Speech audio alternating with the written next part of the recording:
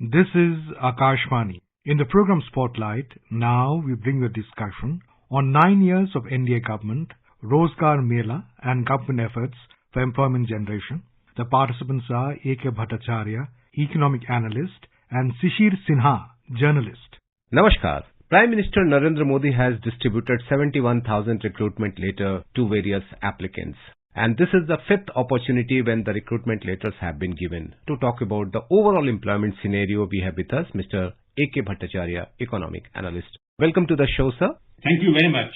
Sir, first of all, when we are talking about 71,000 applications given to various applicants, at the same time when we think about the rate of unemployment, at the same time when we think about the labor force, how do you see the importance of these kind of drive? Well, there is no doubt that when the government takes the initiative of this nature to increase jobs in the government sector, and jobs that you will be aware are very aspirational by nature. Every Indian middle class, low middle class person wants to work in the government because of obvious benefits that are associated with a government job. So when the government addresses that government job problem, then I think it's an initiative that is notable and laudable. Whether this distribution of 71,000 jobs or filling the vacancies of 10 lakh jobs in the government sector will address the larger problem of unemployment which you raised is of course a moot point, because the unemployment problem cannot be solved just by creating jobs in the government sector. Unemployment problem has to be addressed by creating more jobs in the private sector, because as you would know that the private sector is the engine of growth. The government is gradually withdrawing itself into governance affairs, policy, regulation. So you will see more jobs in the private sector, and the government is doing a lot by investing in the capital side of the economy, by creating more infrastructure, roads, railways, airports. Now that will create more jobs in the private sector. So while from the government side, it's a laudable initiative to create more jobs and fill those vacancies in the government sector, but the larger challenge of tackling unemployment still remains very much there, because that challenge can be addressed only with the help and participation of the private sector, which will achieve the country's larger goals of economic growth. Sir, it is always said that when there is a public expenditure, it has a multiplier effect on the private investment, and more private companies are encouraged to go for more spending. So can we apply the same theory when the government giving jobs to so many people? There will be multiplier impact from the private sector, and more jobs opportunity will be created in the private sector also? When the government is creating jobs in the government sector, it addresses one major issue, which is the demand side. Because when you create jobs in the government sector, because of the government benefits and because of the government pay packages, you are creating more people in the economy who are going to get those salaries and compensation benefits, which obviously will give a leg up to demand side of the economy. Now, it may not have an impact on the investment side, because as you would know that both the demand side and the supply side creates growth. Now, government jobs of this nature will certainly help revive demand in the economy, but if you want to revive supply side also, which is the investment side, then you need the government being a trigger for more investments in the economy. So which is what the government has done in the current year's budget, as you know, 10 lakh crore of capital expenditure, over and above of 7.5 lakh crore in last year, over and above 5 lakh crore in the previous year. So all these things are happening. It will crowd in private investment. Now, unfortunately, the private sector is not yet come in full steam as far as the investment is concerned, which is why the growth scenario is looking a little different. It could have been far better. Sir, sometime back the government informed Lok Sabha and Rajya Sabha also that there are 10 lakh vacancies in the central government. At the same time, we also need to know that what kind of vacancies exist in various state governments. So do you think the state government should also initiate the same kind of drive to fill their posts, so there will be more and more job opportunity for the young generation? There is no doubt that if there are vacancies, the state government should also come in and fill those vacancies, just as the center is taking this initiative.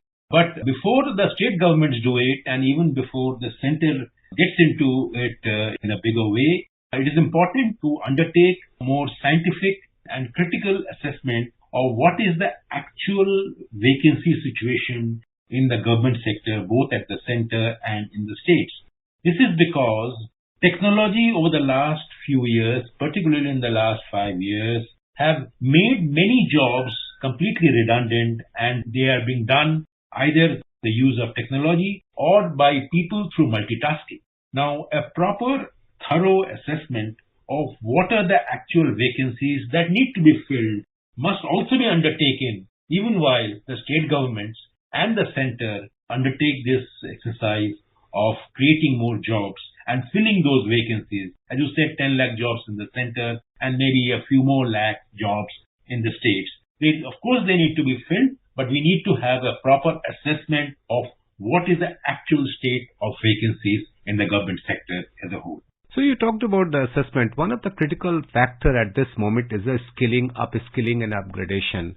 So we have seen that people who are coming out from the universities, they are not able to fulfill the demand made by the market. So what needs to be done in terms of providing skilling, upskilling and upgradation at the same time with a formal graduation or the post-graduation degree? This is a very important issue that you have raised.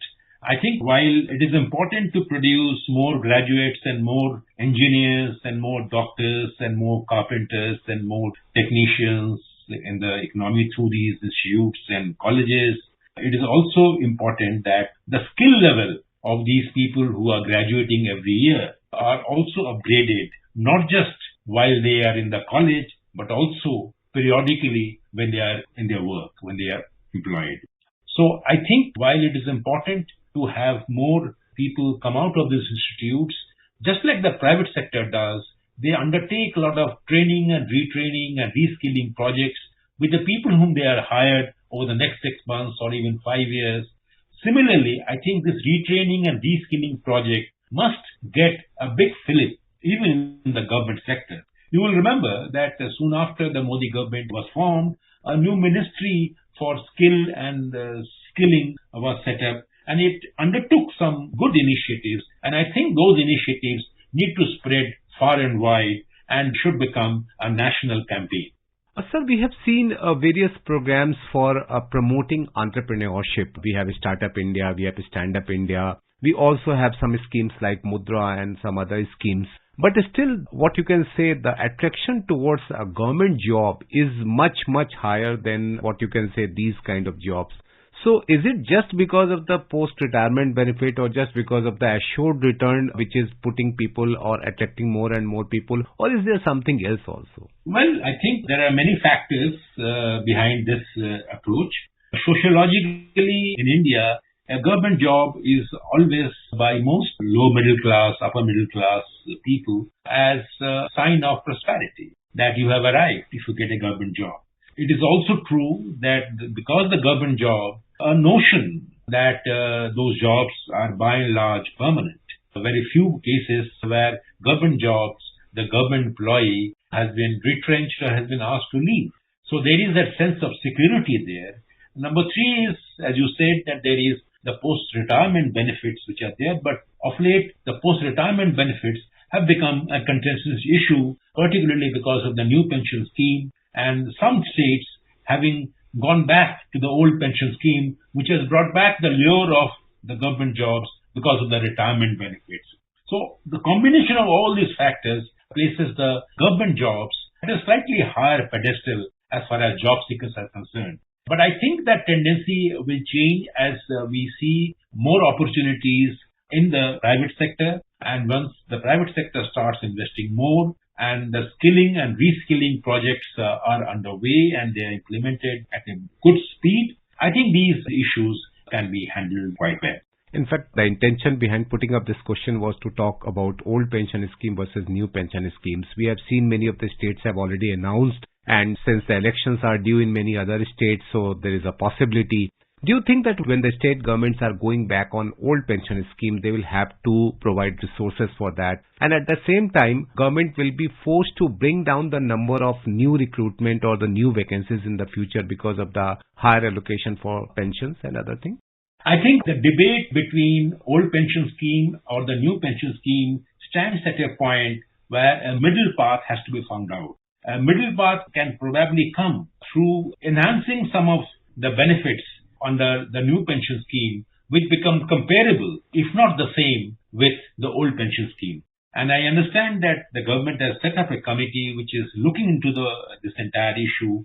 The most important element, as you mentioned, in this debate is that let us not mortgage economically our future. Because if we make a promise without realizing that many of the state governments or even the center's ability to service those pension liabilities will be a question mark, then that decision should rather be avoided. So therefore, a considered view, and in my assessment, a middle path is far better than going headlong back to the old pension scheme, as many states have quite imprudently done. I think a middle path must be sought in the current state of the political debate over the two pension schemes that are prevalent right now in the country. We have seen number of data. One is about, say, employment number. Then we have unemployment number by one private agency, by the government agencies. And there are so many numbers. But still we are not able to arrive at a real, what you can say, job scenario picture. Now, what the government should do to provide a more realistic and more real-time job situation picture in form of data so that the people will have a clear idea that where the jobs are? Well, some attempt has been made in this area. For example, the EPFO numbers that are released every month by the government provide you some indication. And as you will recall that the latest EPFO numbers, they do indicate a certain softness in the labor market. And I think it is important to revive many of the job surveys that the government is to do quite well. And those findings should be made public because that provides a very good indicator for the policymakers as well as for the analysts to understand which way the job market is moving. Sir, there is always a discussion on the job with growth or job without growth, where we are heading at this moment. Well, I think it will be facetious to say that we should go in for job without growth. Certainly, we have to go in for jobs with growth. And I think the two goals are not contradictory at all. They are complementary to each other. It is possible to create more jobs and help achieve higher growth. But for that, it is necessary to address the skilling issue. It is necessary to address the education and healthcare issues. It is important that the woman participation in the labor force should increase from the current low level of around 24% so that the overall contribution of the available workforce in the economy goes towards more value addition, higher growth, and therefore the country can take better advantage of the available manpower resources that are there in the country. And just to add to this question, that what kind of incentives need to be given to the private sector to provide more and more jobs? I think the government must not give any direct incentive for creating jobs, but the government should create incentives for the private sector to invest more so that the moment they invest, they will need people and the jobs should get created. Technology will, of course, come in the way of creation of jobs at a pace that the government wants, but I think that's a compromise that one has to strike. Thank you very much for participating in this talk show. Thank you very much. You were listening to a discussion on 9 years of NDA government, Rozgar Mela, and government's efforts for employment generation. The participants were A.K. Bhattacharya, economic analyst, and Shishir Sinha, journalist. This program was produced and presented by the News Services Division of Akashvani. You can listen to it on a mobile app, News on AIR. This program is also available on a YouTube channel, News on AIR Official. You may share your feedback about this program through email at airnsdtalks@gmail.com or WhatsApp on 9289094044.